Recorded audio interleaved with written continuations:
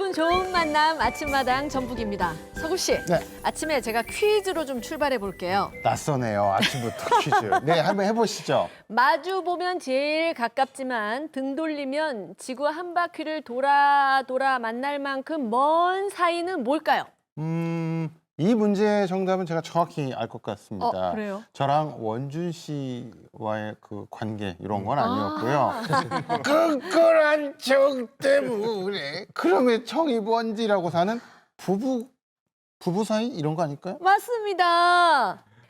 님이라는 글자에 점 하나만 찍으면 도로남이 되는 장난 같은 인생사. 네, 부부 사이입니다. 부부 사이. 아니 가깝지만 또 한순간에 확 멀어질 수 있는 게 부부 사이잖아요. 네. 근데 정말 죄송한데 이건 무슨 컨셉이에요?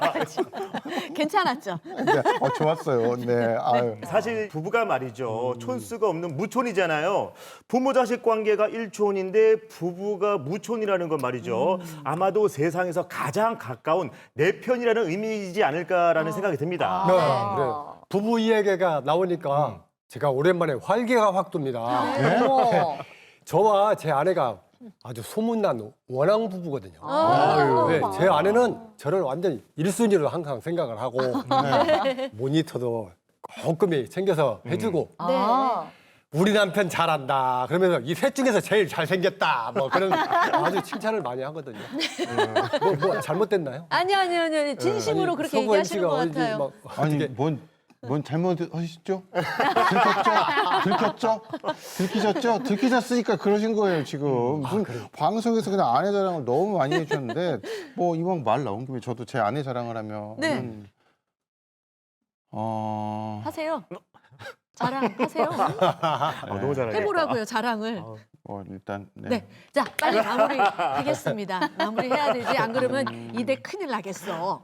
그렇죠? 네. 네. 자, 넘어갑니다. 네, 정리할게요. 코를 골아요. 아, 아니 근데 저희가 아침부터 네. 이렇게 부부 얘기를 한 이유가 바로 5월 21일이 둘이 만나서 하나가 된 날, 부부의 날이기 때문에 부부 얘기를 했습니다. 그렇습니다. 오늘 당신은 내 운명이라고 외치고 있는 두 쌍의 부부의 날 앞두고 모셨습니다. 이분들 어서 오세요. 어서 오세요.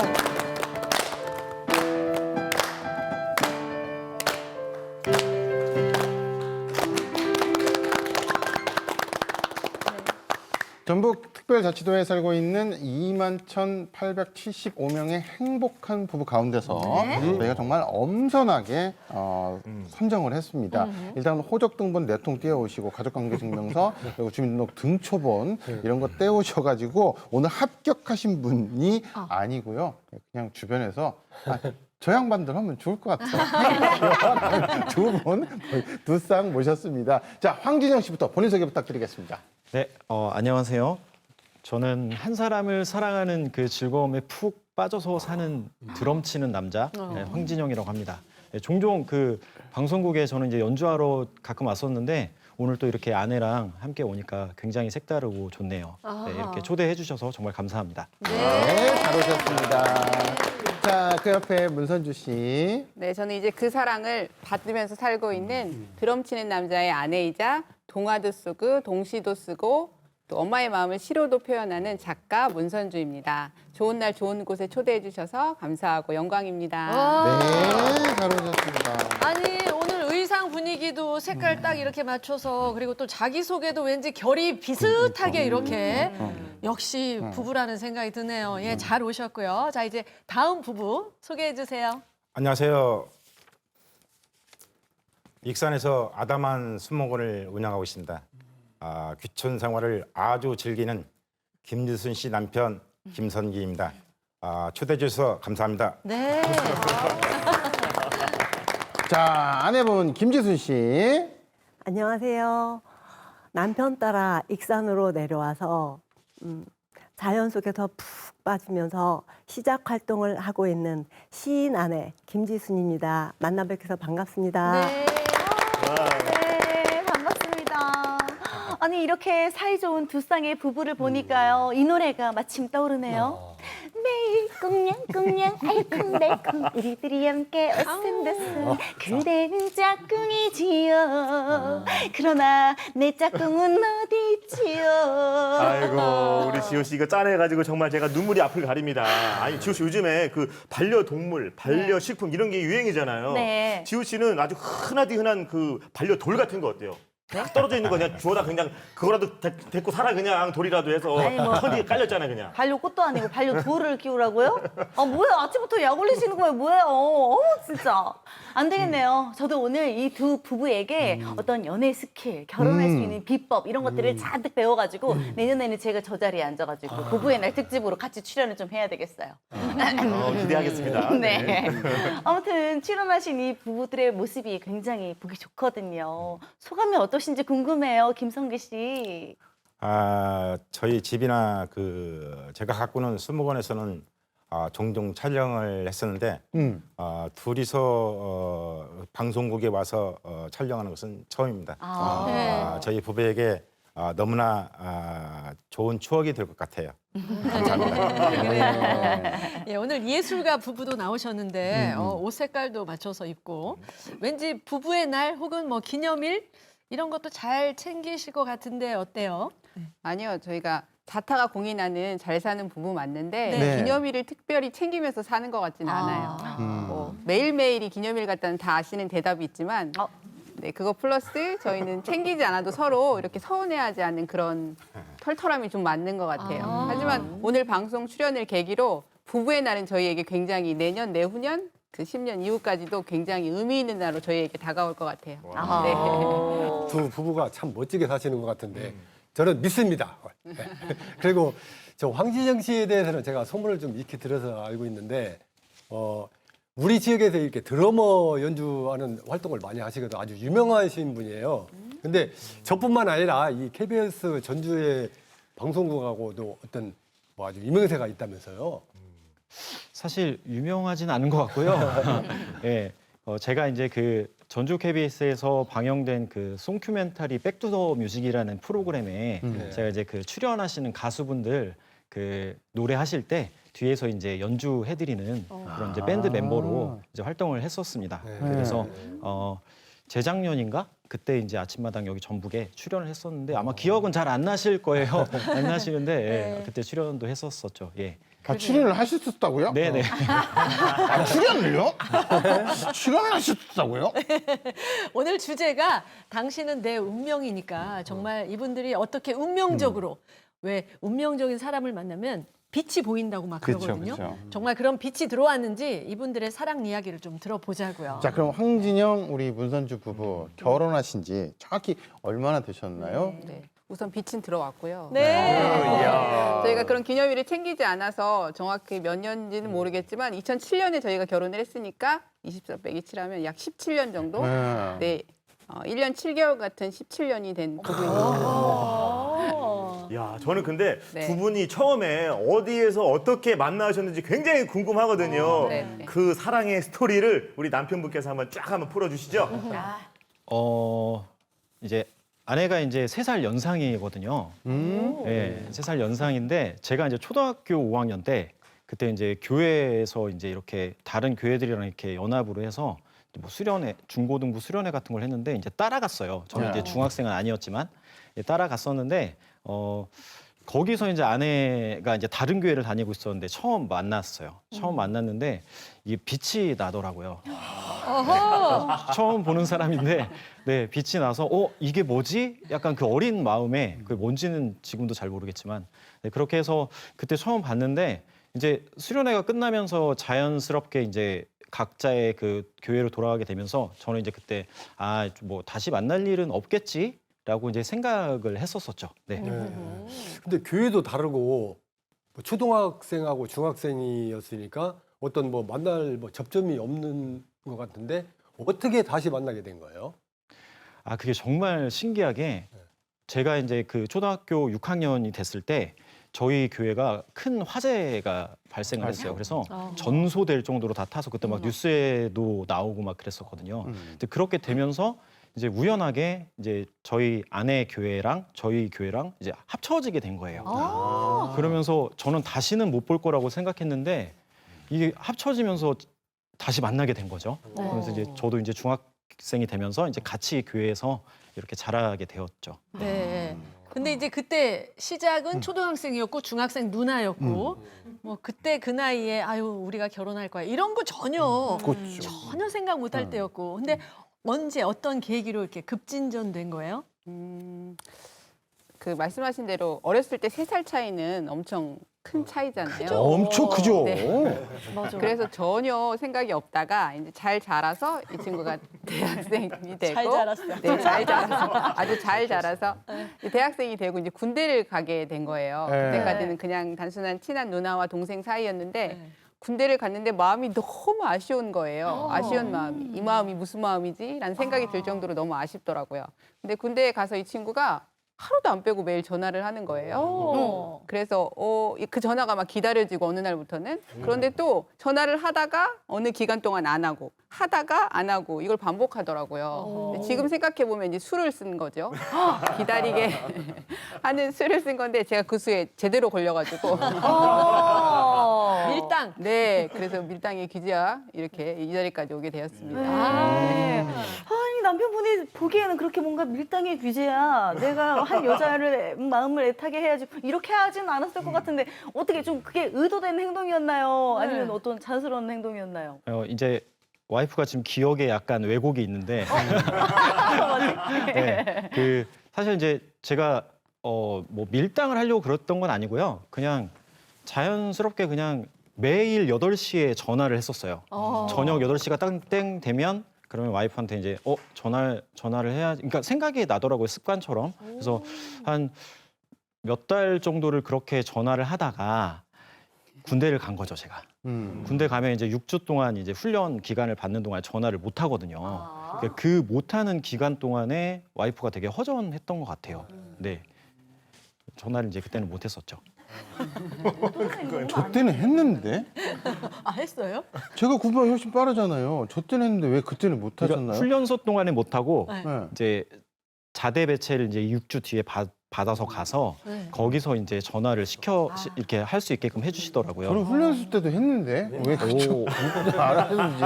아 이거 조금 이거 나중에 확인 저 부인께서 확인해 보셔야 될 것 같습니다. 더듬지 마시고요. 네. 그래서 이제 제가 그렇게 전화를 이제 할 수 있는 상황이 됐을 때 이제 부모님한테 먼저 전화를 드리고 그다음에 이제 와이프한테 이제 전화를 했죠. 그랬더니 와이프가 그 얘기를 하더라고요. 너가 매일 전화할 때는 몰랐는데 이제 훈련소 기간 동안에 전화를 못해서 전화를 매일 오던 전화를 안 받다 보니까 마음이 되게 이상하더라. 이게 아무래도 좋아하는 마음이었었던 것 같다. 그러면서 다짜고짜 거기서 이제 전화상에서 결혼하자 이렇게 이야기를 하더라고요. 방송 거짓말로 해도 그러면 사실을 또 바로 잡아야죠. 아, 역시 그 남들 사랑 얘기 듣는 게 참 재밌네요. 아니 서로에게 첫사랑이고 그래서 딱 결혼한 거예요. 그러면 첫사랑과 서로? 첫사랑이라고 하기엔 좀 어렵긴 하지만 아니 뭐 그때부터 좋아하는 마음이 있었던 거긴 하니까 네, 첫사랑인 것 같고 와이프는 인기가 워낙 많았어가지고요. 중간에 또 제가 아는 또 형님하고도 또 이렇게 교제를 해서 제가 굉장히 소가리를 막 보면서 했던 기간도 있고, 네, 그랬습니다. 네. 야, 큰일 났다. 원준 씨 큰일 났어요. 큰일 갑자기 났어요. 이거 뭐 아내분의 연애사까지 폭로를 하시고 야 제가 원하던 그림이다 이거. 예. 아니 그럼 군대에서 사귀기로 하시고 결혼까지 일사천리로 진행이 되나 싶었는데 또 의외로 그게 아니었다면서요. 저희가 이제 어렸을 때부터 같이 이제 교회에서 지내다 보니까 부모님들이 다 아시거든요. 그러니까 약간 부모님들이 좀 당황을 하셨었어요. 저희가 이제 교제를 한다는 사실을 듣고 그래서 약간의 좀 반대 같은 그런 이제 상황이 좀 있어서 이제 와이프가 그때 모두의 평화를 위해서 우리가 헤어지는 게 좋겠다 해가지고 저한테 이제 헤어짐을 통보를 했는데 그때가 제가 이제 전역이 3주 남은 그 기간이었어가지고요. 네네. 그래가지고 엄청 이제 힘들었었죠. 중대장님하고도 막 엄청 싸우고 그때 막 네, 멘탈이 이제 너무 힘들었었던 기억이 있습니다. 네.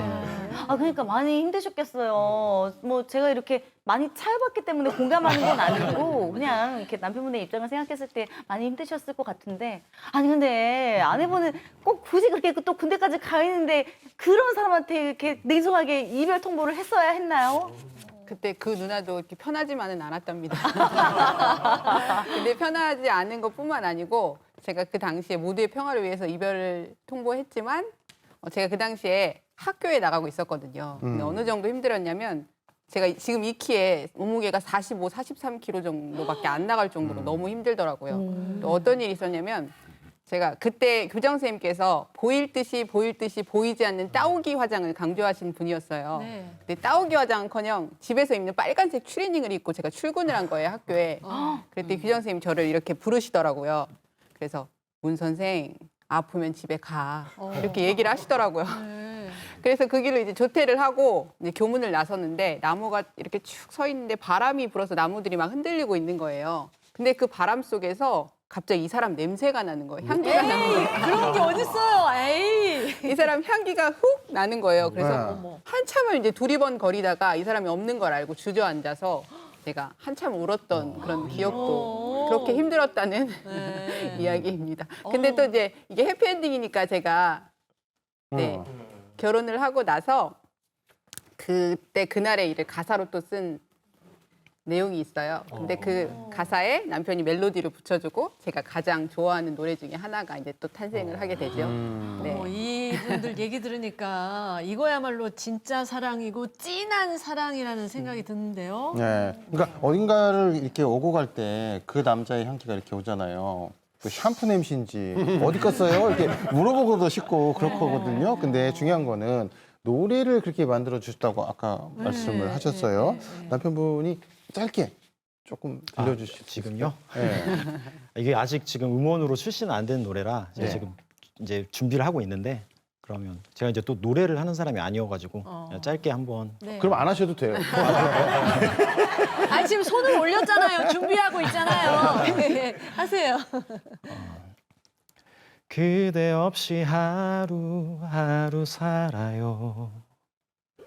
같은 세상 다른 세상 속에서 그대 향기 바람으로 느낄 때 난 멈춰버렸죠. 이제야 깨달았어요. 뭐 이런 노래입니다.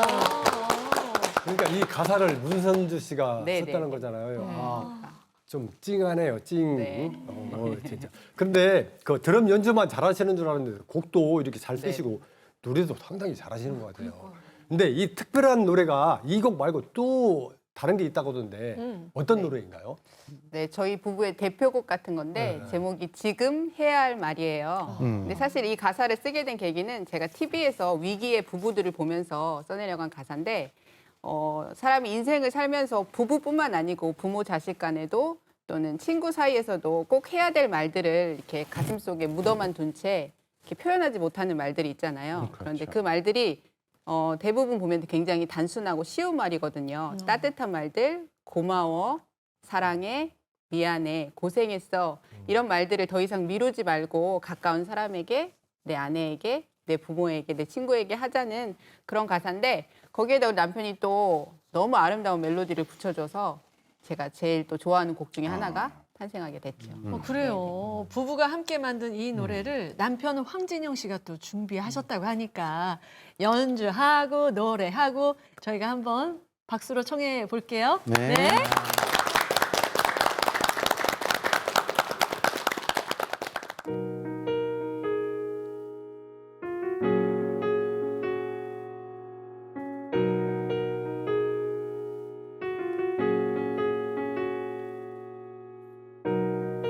누가 먼저랄 것도 없이 도닥여 보자. 마음속 따뜻함이 식지 않도록 고마워.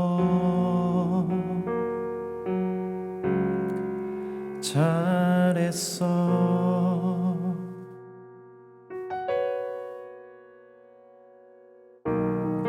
두 손 꼭 잡아주며 위로해보자. 혼자서 힘들었을 시간 달래지도록 미안해 고생했어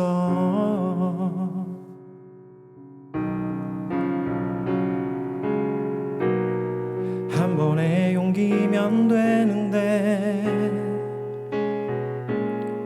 100번의 한숨으로 대신 하지 말자 언제까지 서로 주고받을 수 있는 것 아닌데 할 수 없을 때 후회하지 말자 사랑해 또 사랑해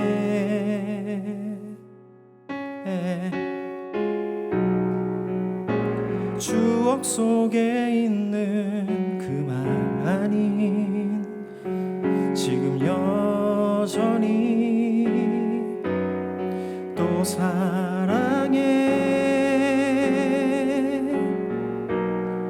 또 사랑해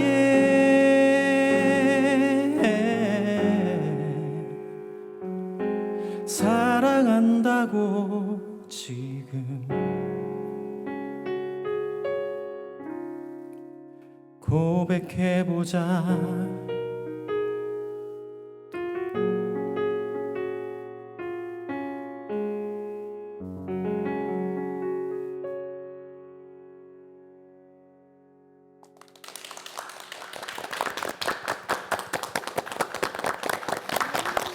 지금 해야 할 말은 바로 그런 것 같아요. 네. 끈끈한 정 때문에 산다잉 이게 아니라 사랑해, 고마워, 행복해, 그리고 수고했어 이런 말 꼭 오늘은 해주셨으면 좋겠습니다. 네. 원준 씨 고마워요. 고마워요. 네. 사랑해. 네, 아우 이거야. 느끼해. 힘냈다, 용기 냈다 진짜.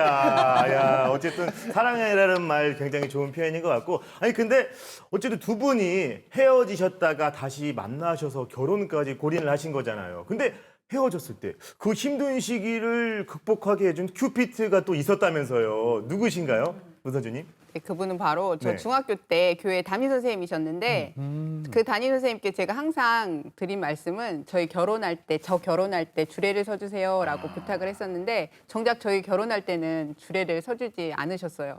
왜냐하면 저희 시아버지가 되셨거든요. 네, 그 선생님이 남편의 이제 아버지신 거죠. 네. 그 아버지가 저희가 헤어졌을 때 정말 큰 큐피트의 역할을 해주셨어요. 이제 제가 헤어졌다는 말을 먼저 했으니까 제가 죄인이잖아요. 그래서 찾아가서 매달려도 보고 나 정말 잘못했어 미안. 근데 받아주지 않더라고요. 그렇게 이제 1년을 헤어지는 기간이 있었는데 그 기간 동안에 아버지께서 중간에서 저한테 전화하셔서 남편의 안부를 전해주시고 남편에게 전화해서 제 안부를 남편에게 전해주시고 그리고 서로 통화 한번 해봐라. 네 이렇게 얘기를 해주셔서 결국 남편의 마음이 풀어지고 저희가 다시 만나게 돼서 이렇게 결혼까지 골인하게 된 거죠. 네. 다행이네요. 아니 근데 남편분이 그렇게 막 이렇게 차갑게 굴고 안 만나주고 막 이렇게 했는데도 막 이렇게 노력을 하신 거잖아요. 네, 네, 뭐 저는 사실 이제 뭐 남의 남자니까 잘 모르겠는데 그 남편분의 매력이 뭐예요? 매력이 한 10,000가지 되는데 두세 가지만 말씀드리면 우선 배려가 너무 많고요. 얼마 전에 저희가 시간이 날 때마다 천변을 걷거든요. 근데 이제 남녀의 그 걸음 속도가 맞지 않잖아요. 네. 그런데 이제 제가 뒤처지니까 남편이 앞에 가다가 갑자기 뒤를 돌아서 뒤로 걷더라고요. 제가 잘 오나 보려고. 네. 그런데 그런 거 다 떠나서 가장 큰 매력은 남편은 도레미파솔라시도 중에 솔 같은 남자예요. 솔? 항상 솔을 유지하는 솔 같은 남자예요. 저는 시일 때도 있고 도시락일 때도 있고 그런데 남편이 항상 솔에 있어주니까 제가 언제나 그 솔을 찾아서 가는 것 같아요. 차분하고 항상 그 평정심을 유지하는 게 남편의 가장 큰 매력인 것 같아요. 아니 정말 자랑을 아주 핵심적인 얘기로 딱 해주시네요. 근데 그 솔로 평정심을 유지한다라는 거 이런 표현 굉장히 산뜻한데요. 네. 예. 근데 김성기 씨 댁은 어떻습니까? 아내가 도인가요? 시인가요? 저희 아내가 잔소리할 때는 시고요. 예. 평상시 기분 좋을 때는 낮 정도 든다고 할까요? 그렇습니다. 네. 평상시에라 하시면 굉장히 싸나우시네요. 그런데 불구하고 오늘 행복한 부부로 나오셨습니다. 자, 그러면 농담이었고요. 자, 그 첫 만남으로 거슬러 올라가 보도록 하겠습니다. 결혼하신 지는 정확히 얼마나 되셨나요? 88년에 저희가 결혼했으니까 올해로 36년 차 부부입니다. 네. 36년 차. 예, 예. 듣기로는 또 이 그 앞에 우리 그 황진영, 문선주 씨 부부처럼 두 분이 어린 시절 그렇게 또 만나셨다고요? 저희 그 만남은 황순원 그 소설에 나오는 소나기와 같은 만남이었어요. 여기 또 소설이시네요. 제가 중학교 1학년을 마칠 즈음인데 한 여학생이 단발머리에 하얀 카라를 입은 교복을 입고 서 있는 거예요. 근데 그 뒷모습이 천사와 같았어요. 그래서 저는 친구들에게 그 여학생의 신원을 파악하기 시작했죠. 신원 파악. 경찰도 아니시네. 예, 신원을 파악했습니다. 예. 그래서 그 동네 친구에게 제가 쪽지를 전달을 부탁을 했어요.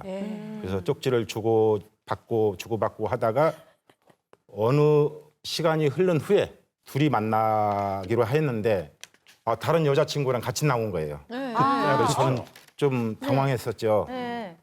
혼자가 아니고 둘이니까. 근데 제 얼굴을 단 한 번도 쳐다보질 않았어요. 그래서 너무 같이 있으면 얼마나 행복할까 그런 생각을 하곤 했습니다. 그런데 지금에 와서는 얼굴도 쳐다보지 못한 그런 소녀가 지금은 저희 집의 대장입니다. 예. 아니 근데 좀 궁금한 게 그런 소설 같은 첫 만남 이후에 그럼 뭐 서로 쪽지도 주고받고 알콩달콩 학교도 좀 같이 다니시고 그러셨을 것 같아요. 맞나요? 아니에요. 제가 중학교 2학년이 딱 됐는데 네. 그 천사 같은 소녀가 보이질 않는 거예요. 그래서 이제 상황을 파악을 해보니까 서울로 전학을 간 거예요. 저도 모르게. 그래서 너무 보고 싶고 그리운 마음이 커서 그렇게 시간을 그리움으로 많이 세월을 보내시는 거죠. 근데 저희 인연이 이어지려고 그랬던지 할머니가 익산에 사셨었어요. 그래서 그 할머니 댁에 자주 이제 오는 것 같았어요. 그래서 버스 안에서 우연히 그때 만나서 이제 계속 이어진 거죠. 왜 자꾸 옆구리를 찔러? 조사를 통해서 다 나오셨거든요. 근데 말씀하시는데 웃긴 게 있어요. 그만 좀. 같이 눈치 주시고. 이거 아내분의 그 변명을 한번 들어봐야 될 것 같아요. 네. 근데 아내분은 어떻게 그 말도 없이 호련히 그냥 서울로 이렇게 떠나신 거예요? 저는 네. 저희 가족이 서울에서 다 거주하고 있었어요. 네. 근데 익산에 할머님 혼자 계시니까 부모님이 할머니 외로우니까 같이 가서 말동무 하라고 저를 내려 보냈거든요. 그런데 이제 할머니하고 단둘이니까 할머니한테 제가 학교 얘기, 친구 얘기, 뭐 사사건건 다 말씀드렸는데 당연히 남편 만난 얘기를 했겠죠. 그랬더니 할머님이 갑자기 큰일 날 일이라고 그러면서 막 놀라시는 거예요. 그래서 이제 그러나 보다 이러고 있는데 그 다음에 저를 그냥 전학을 시킨 거예요. 전학을 시켰는데 저는 이제 남편이 걸리죠. 남편이 걸리는데 근데 말하고 가기가 좀 그렇더라고요. 미안해서. 그래서 그냥 갔던 것 같습니다.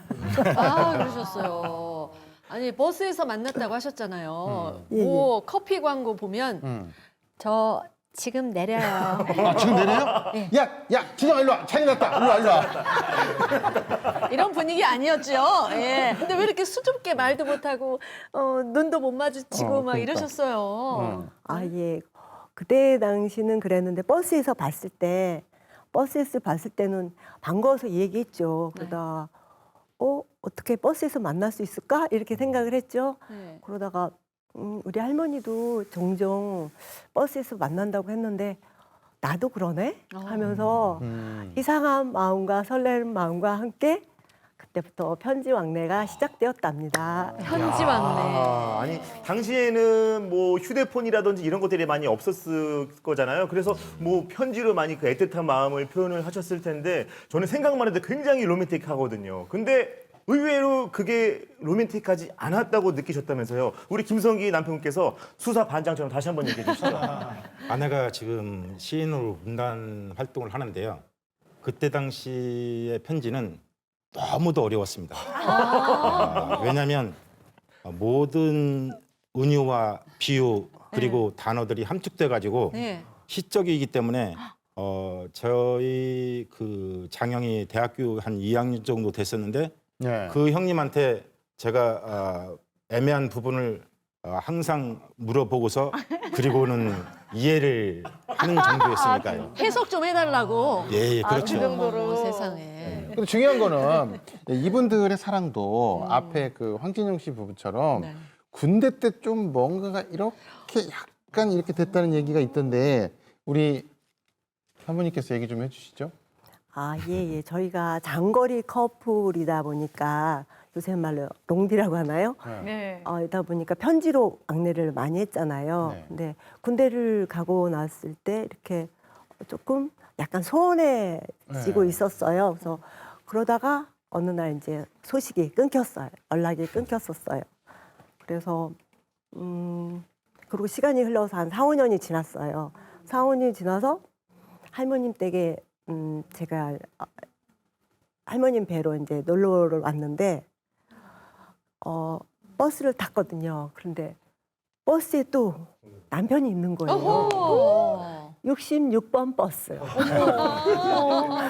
그 버스에 남편이 있어가지고 이게 뭐지? 했거든요. 근데 제 머릿속으로는 남편은 그 당시 상황이 복학생이었고 저는 서울에서 일을 하고 있는 상태였거든요. 그래서 정말 이게 뭐지? 우연의 연속은 필연? 인연? 뭐 이런 생각을 하고 있었답니다. 제가 정말 궁금해서 우리 그 남편분께 한 가지만 여쭤볼게요. 그 66번 버스 본인 이쪽으로 안 가시는데 이쪽으로 가셔야 되는데 자꾸 66번 버스 타신 거 아니세요? 일부러 탔던 것 같아요. 그러니까요. 혹시나 만날지 모르니까 66번 나는 이쪽으로 가야 되는데 이쪽으로 가는 66번 버스를 계속 탄 거예요. 그러니까 그렇게 된 것 같아요. 그런데 이렇게 보통 결혼 생활은 그 신혼 때 이렇게 깨가 많이 쏟아지잖아요. 그런데 그 뭐 핑크빛 신혼 생활을 이렇게 꿈꾸었을 것 같은데, 근데 의외로 이렇게 고생을 좀 많이 하셨다고 하던데 어떤 일이에요? 예, 제가 좀 했죠. 그 연유는 신혼살림을 시골집 아래채, 그래 옛날에 슬레이트 지붕 있죠. 거기에 단칸방에서 살았어요. 거기서 신혼살림을 차렸는데 남편은 대전으로 연구소로 출퇴근을 하는 거였어요. 그러니 그 오후에 내내 저 혼자 있는 거잖아요. 아침에 일찍 나가고 저녁 늦게 들어오니까 제가 밥하고 청소하고 빨래를 했을 거 아니에요. 근데 옛날 시골집엔 아궁이에 불을 때잖아요. 아궁이 불 때일지도 모르는데 아궁이 불을 때서 밥을 해야 됐었어요. 눈물이 줄줄줄 흘리고 막 했을 때 그 눈물의 의미를 잘 모르겠어. 언기가 매워서 눈물을 흘린 건지 내 사정이 이렇게 복잡해서 눈물을 흘린 건지 그 의미를 모르겠더라고요. 그래서 이제 계속 대전 출퇴근을 하니까 힘들다고 분가를 했어요. 한 달 이후 지나서요. 네. 그 힘들다고의 방점은 제가 힘든 게 아니고요. 남편 출퇴근 힘들다고 분가시켜준 거예요. 예, 서운했겠죠, 제가? 네. 많이 서운하셨겠다. 그러니까요. 아니 그렇게 수줍음 많고 예쁜 여학생을 아내로 맞이했으면 공주님처럼 떠받들고 사셔야 되는데 참 속상하게 하셨겠다. 그럼 그럴 때 뭐라고 위로를 좀 해주셨어요? 제가 보기와는 달리 애정 표현을 참 잘합니다. 그래서 퇴근하고 오면 집사람이 이 아내가 얼굴이 굳어 있으면 귓속말로 여보 사랑해. 그리고 이제 자연스러웠어. 기분이 충만돼서 밝은 모습이었을 때는 여보 사랑해. 그러면 눈 녹듯이 모든 것이 해결이 됐습니다. 그래서 그런 애정 표현을 잘해서 지금까지 살아온 것 같습니다. 살아남았습니다. 그게 애정 표현을 잘하는 거세요? 그럼요. 저는 집사람한테 여보 사랑해, 여보 고마워 이러면 뭔 잘못 있어? 뭔 잘못 있냐고 왜 이렇게 이러지? 물어보는데 그걸 또 다 받아주셨네요. 아니 근데 중요한 거는 대전으로 이사를 아까 가셨다고 하셨잖아요. 그것도 이제 그 김지순 씨가 내가 아궁이 불도 못 대고 이런 것 때문에 그런 게 아니라 남편이 힘들까봐 대전으로 이사를 가셨는데 지금 우리 아침마당 전복에 나오신 걸 보면은 네. 다시 이제 이쪽으로 오셨다는 거잖아요. 이쪽으로. 근데 중요한 거는 뭐냐? 남편이 귀촌을 결심했던 이유가 남편의 그 뭐 집착 때문이었다라는 이런 얘기가 있더라고요. 어떤 집착이었나요? 예, 저희가 대전에 30여 년 이상을 넘게를 살고 있었는데 오래 예.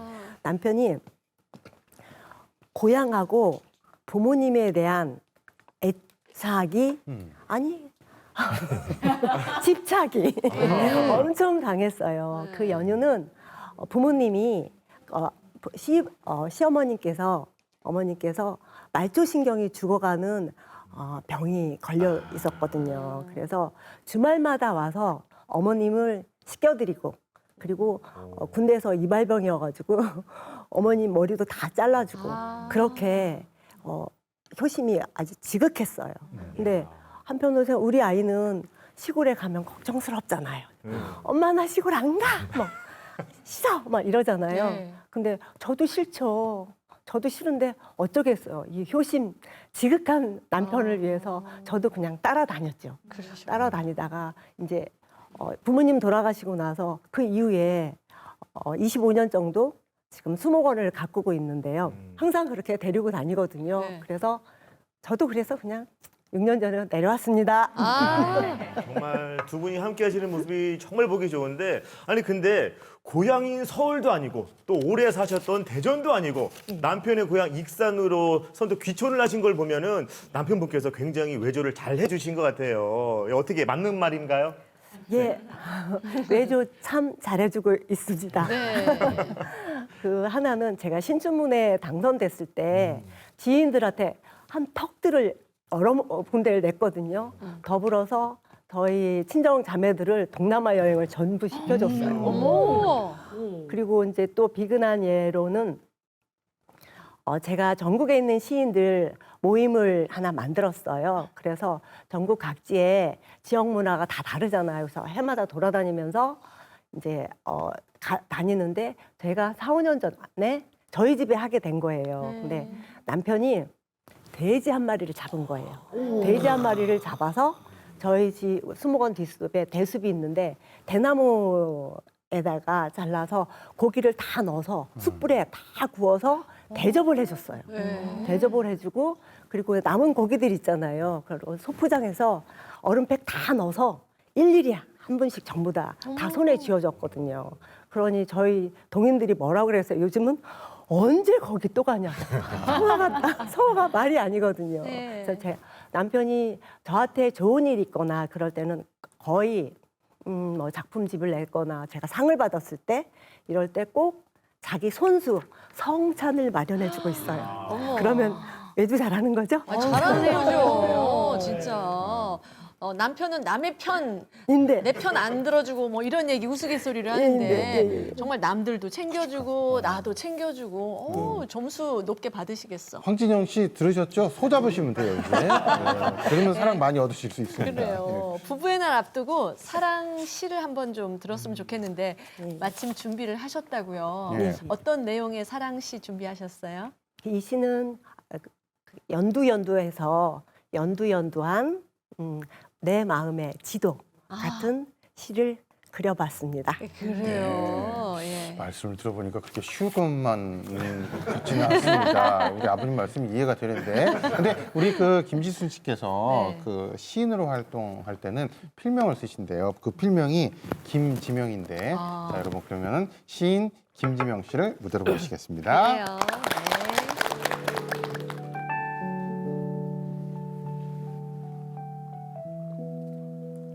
내 마음의 그래픽 김지명. 괜찮아? 물어봐 준다면 너도 밤나무에 앉아있던 소쩍새 한 마리, 저릿한 영혼 한 줌을 나무에 놓고 갔을 것이다. 아무렴 너라는 문장을 새로 쓸 것이다. 내가 갈까? 물어봐 준다면 유리창에 담록색 시트지를 붙이고 아니야, 아니야. 울컥 믿지 않을 농담 울음을 채비했을 것이다. 공원 산책길에 운동화 끈이 부러져 있을 때 말없이 운동화 끈을 묶어주던 네가 필요했을 것이다. 물이 자기 모양을 고집하지 않듯 따라하기를 좋아하는 아이처럼 부서지지 않을 가능성 몇 개, 비행운을 긋고 있을 것이다. 솥이 적다, 밥이 적다, 소쩍새 우는 밤에 미닫이문 닫히는 소리, 이불 뒤척이는 소리, 이모티콘 소리. 내가 가질 수 있는 소리가 있다면 쓸쓸한 너의 목소리? 나는 물었고 침대에 두고 왔어. 가질 수 있는 대답을 가졌을 때 불안은 나를 데리고 범신론적으로 어둠에게 말을 걸며 한낮의 불편함을 해치우고 있을 것이다. 너와 약속 없이 달력에 빽빽한 너와의 약속이 씻지 않을 무화과를 회화에 쑥 밀어넣고 그래 좀 그게 좀 보고 싶은 절박이 나를 촉진시킬 것이다. 세상의 맨 끝방에 있을지라도 밤은 비좁아 밀려날 것이다. 네가 있다면.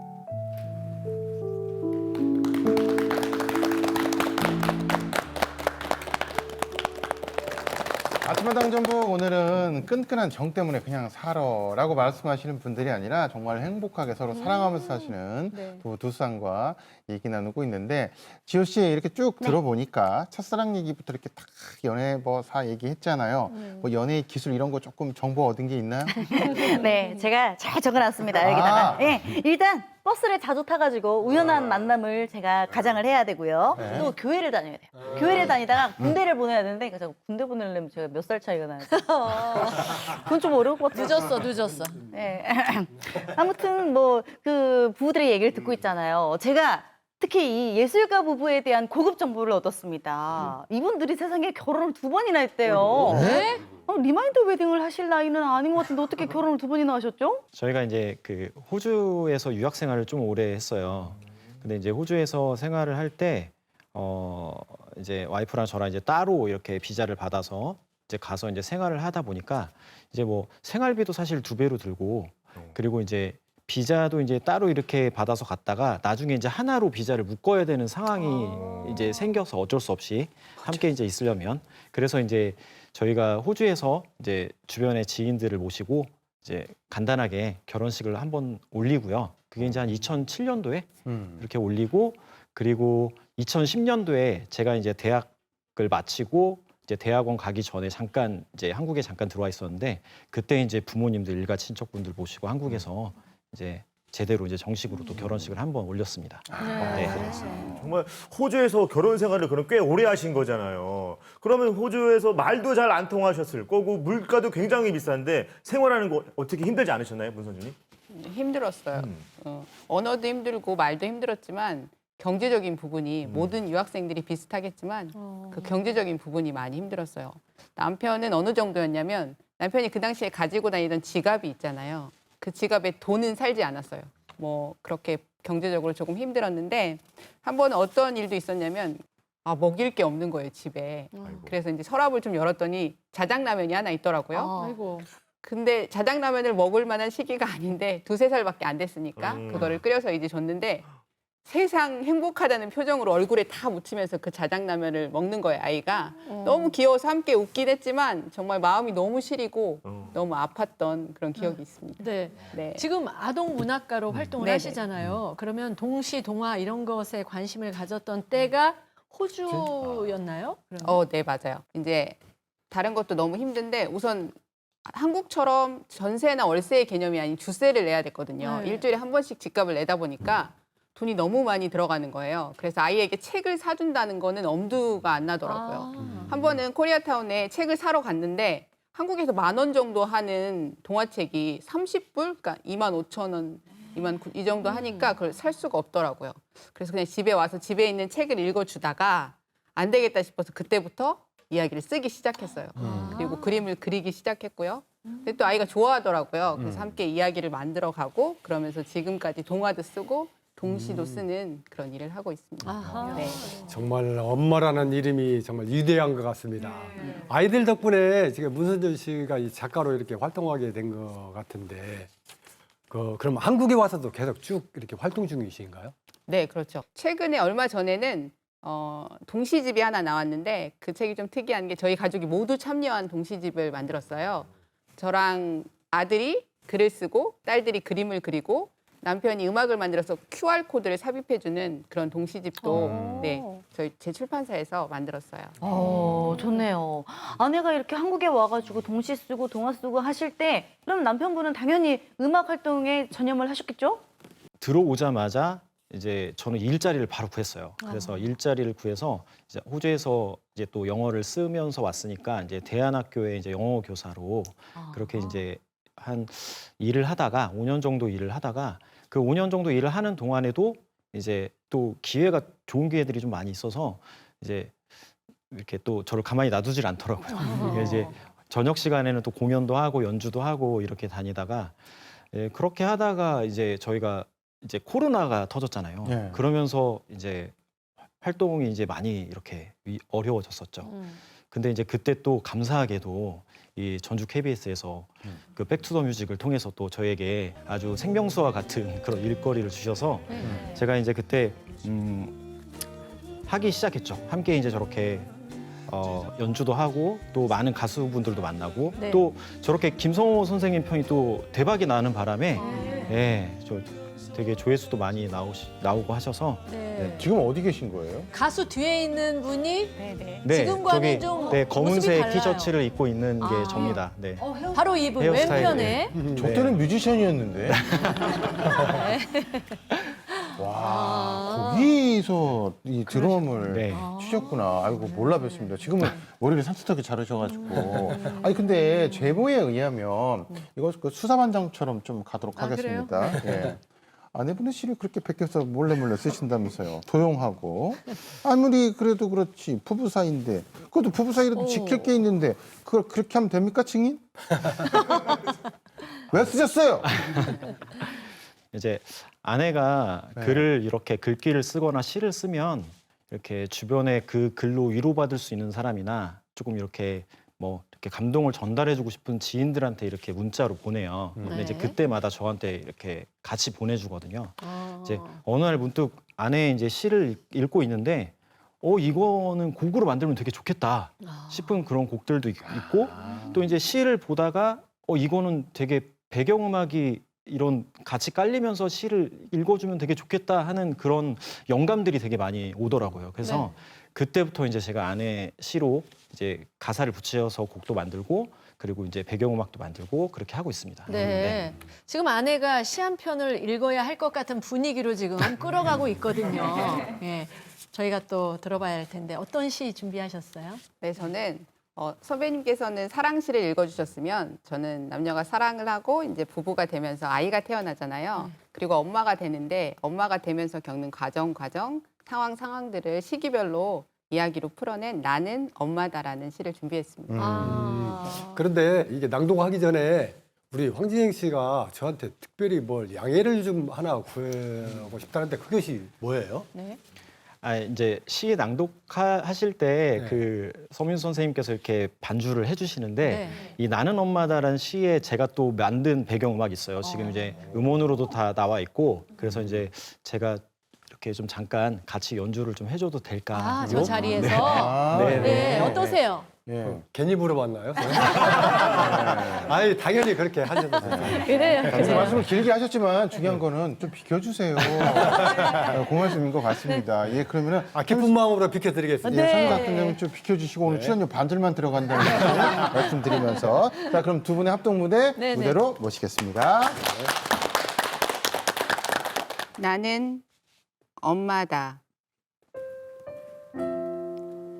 끼니를 놓쳐 후다닥 끓인 자장라면도 매번 퉁퉁 불어서야 먹는 나는 2살 엄마입니다. 한여름에 털신발을 신고 나가겠다는 고집쟁이와 10분이 넘게 대치 중인 나는 5살 아이의 엄마입니다. 받아쓰기 60이라는 점수에 아이를 책상에 앉혀놓고 부르고 또 부르며 전투력을 발휘하는 나는 초등학생 어린이의 엄마입니다. 모처럼의 가족 외식 대신 친구와의 약속을 택하는 아이를 이해하려 애쓰는 나는 중학생 소녀의 엄마입니다. 필요한 거 없다며 먼저 주무시라지만 방에 불이 꺼지는 새벽녘까지 함께 잠 못 드는 나는 고3 수험생의 엄마입니다. 딸밖에 없는 사람에게 아들이 생겨 좋겠다는 축하에도 눈에는 아들이 아닌 아른아른 딸만 보이는 나는 빛나도록 아름다운 새 신부의 엄마입니다. 출근길에 데려온 아이를 받아 안고 또 한 번 2살 아기의 엄마 노릇을 자처하는 나는 30살 엄마의 엄마입니다. 그리고 이제 내 나이 환갑, 진갑을 넘어 고1을 바라보지만 쌀쌀해진 날씨에 쿡쿡거리는 내 무릎보다 산후조리가 시원찮았던 딸아이가 생각나 휴대전화를 누르는 나는 여전히 엄마입니다.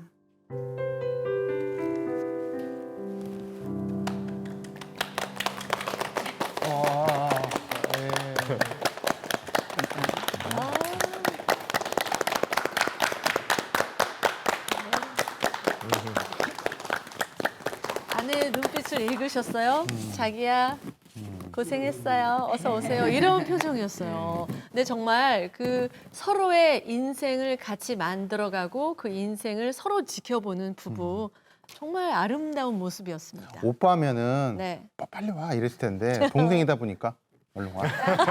저는 이런 느낌을 조금 받았거든요. 네. 이렇게 아무튼, 달라. 두 분이 이렇게 합동을 해주셔서 너무 고맙고 네. 감사합니다. 근데 이제 그 귀촌에 성공한 부부 이야기로 이제 넘어가도록 하겠습니다. 근데 원래 이렇게 귀촌하면은 자식들 다 키워놓고 조금 편하게 전원생활하면서 즐기시잖아요. 근데 네. 이 부부는 귀촌하면서 그렇게 더 힘들다고 그렇게 얘기를 하더라고요. 뭐가 그렇게 바쁘세요, 우리 남편분?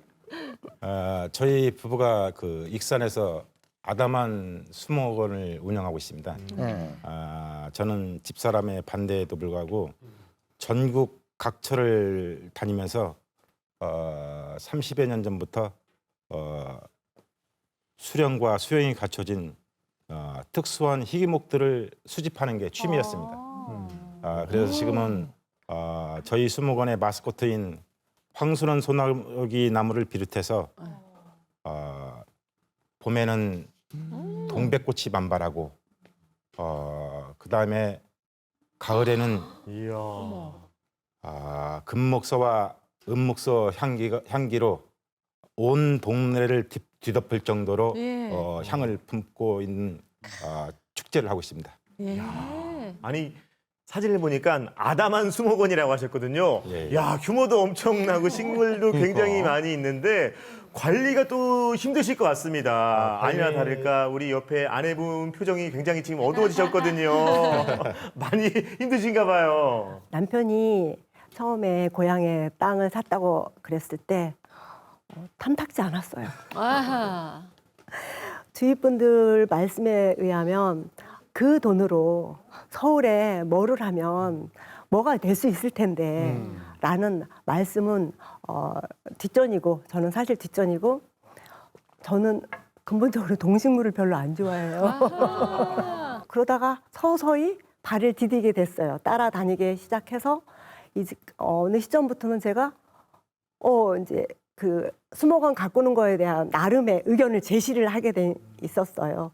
그러다가 이제 시간이 언제부턴가는 시간이 지나서 수목원에 있는 살아있는 동식물뿐만 아니라 살아있는 모든 것들, 생명체들에 제가 관심을 갖게 되더라고요. 그래서 지금은 저희 수목원에 수령이 오래된 나무들이 많아요. 100년, 200년, 300년, 뭐 5, 600년 이렇게 된 게 많이 있거든요. 그럴 때 그런 나무들을 저는 어르신이라고 불러요. 그래서 어허. 나무 어르신들한테 제가 아침에 이렇게 뵐 때마다 목례를 할 정도예요. 아이고. 목례를 할 정도고 제가 지금 수목원에서 또 발달 장애인들 수업 활동도 하고 있어요. 덕분에요. 그러셨구나. 우리 김석기 씨는 아내에게 이렇게 고마운 그런 순간도 더 많지만 미안한 그런 순간도 있었다면서 어떤 미안한 순간이 있었나요? 제가 결혼해서 첫 애를 낳고 한 달 반 정도 됐는데요. 갑자기 그 아내가 아프다고 연락이 왔어요. 그래서 그 동네 병원을 두세 군데를 다녀봤는데 병명이 잡히질 않는 거예요. 그래서 아이고. 이제 저는 그때 당시에 뭐 의학 상식이 그렇게 많지는 않았고, 그래서 이제 그 원장님들의 그 말씀만 듣고 집에서 기다렸는데 모든 게 막 갑자기 깔아지는 거예요. 상태가. 그래서 급해서 대학병원의 응급실로 거의 혼수 상태에서 들어갔죠. 근데 혼수 상태에 들어갔는데 한 달 수술을 해서 보니까 충수염이 터진 거예요. 근데 제가 이제 그때 당시는 이직 중이라서 돈이 전혀 없었던 거예요. 그래서 부모님한테 말씀을 드릴까, 처갓집에 말씀을 드릴까 상당히 고민을 많이 했었는데, 그래도 가장인데, 그래서 제가 어떻게 하면 해보려고 하는데 도저히 안 되는 거예요. 한 달 동안 병원을 입원을 했으니까 병원비가 상당히 많이 나왔어요. 그래서 저희 앞집에 사는 그 부동산 아저씨한테 제가 속사정 얘기를 하니까 선뜻 큰 돈을 빌려주신 거예요. 그래서 지금도 그분이 저희 집사람의 생명의 은인이라 생각하시고 지금도 자주 전화도 하고 정말 인간적으로 그분을 존경하고 있죠. 그래요. 예. 그리고 그래서 그때가 아내한테는 가장 미안했던 것 같아요. 네. 정말 오래오래 부부 사이가 좋은 분들 물어보면 우리는 서로 존댓말을 써줘요. 이런 얘기 하시는 분들도 꽤 있더라고요. 36년 차신데 부부 사이를 잘 유지해 오신 어떤 비결? 네, 뭐가 있을까요? 믿음과 신뢰가 아닐까 생각합니다. 믿음, 신뢰. 저는 집사람이 무슨 일을 할 때는 거의 모든 것을 믿고 밀어줍니다. 그래서 지금 문학 활동을 하는데 1박 2일, 2박 3일 뭐 서울, 강원도, 뭐 부산 그렇게 하더라도 전화를 하고 싶어도 여기 일을 신경 쓸까 봐서 일부러 전화를 하지 않고 그냥 마냥 기다리고 있습니다. 그래서 지금까지도 그렇게 해서 살고 있습니다. 믿음과 신뢰. 네. 신뢰. 저도 믿은 거 신뢰 꼭 기억하겠습니다. 네. 그럼 이 비슷한 질문을 우리 예술가 부부께도 한번 드려볼게요. 우리 부부가 사이 좋은 비결은 이것 때문이다. 자, 아내분이 좀 얘기 좀 해주실까요? 네, 저희는 제 곰곰이 생각해 보니까 말 언어인 것 같아요. 저희는 좋은 말들을 가슴에 담아두지 않고 표현하는 편이고요. 그리고 또 나아가서 나쁜 말들을 그 자리에서 표현하지 않고 좀 작아진 다음에 문제가 작아진 다음에 표현하는 것 같아요. 그래서 싸울 일도 없고 표현은 좋은 표현들을 많이 하기 때문에 저희가 잘 사는 것 같습니다. 부부의 날 기념해서 이렇게 네. 두 쌍이 나오셨잖아요. 서로 방송을 통해서 이야기도 듣고 또 나누셨는데 서로가 서로에게 덕담을 좀 해주시면 어떨까 싶은데요. 예, 먼저 좀 해주실까요? 그러면 네. 저부터 할까요? 네. 믿고 신뢰를 하면 그냥 놔둬라. 나더라. 알아서 생각이 있으니까 잘할 것이다. 예, 그렇습니다. 선배의 얘기 들으셨거든요. 이제 후배가 한 말씀 해주시면. 네, 전 다짐 같은 한마디를 드리고 싶어요. 네. 선배님들이 저희 나이 때 부부의 길을 걸으실 때는 아마 그 길이 되게 험한 자갈밭이었을 것 같아요. 그런데 선배님들이 먼저 걸어주신 덕분에 저희가 걷는 길은 잘 포장된 아스팔트 같은 그런 느낌입니다. 저희도 많이 부족하지만 뒤에서 걸어오는 다른 후배 부부들을 위해서 최선을 다해서 걸어가겠습니다. 네. 자, 행복해서 또 행복하고 더 행복한 이 두 쌍의 부부를 위해서 준비한 선물이 있습니다. 손민수 작전장님, 오늘의 멜로디 큐!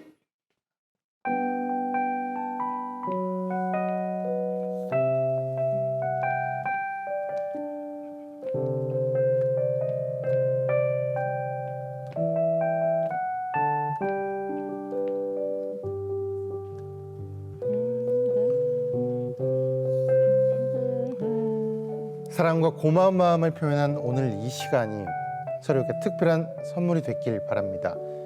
이 세상 모든 부부를 응원하며 준비한 오늘의 멜로디는 패티김의 그대 없이는 못 살아였습니다.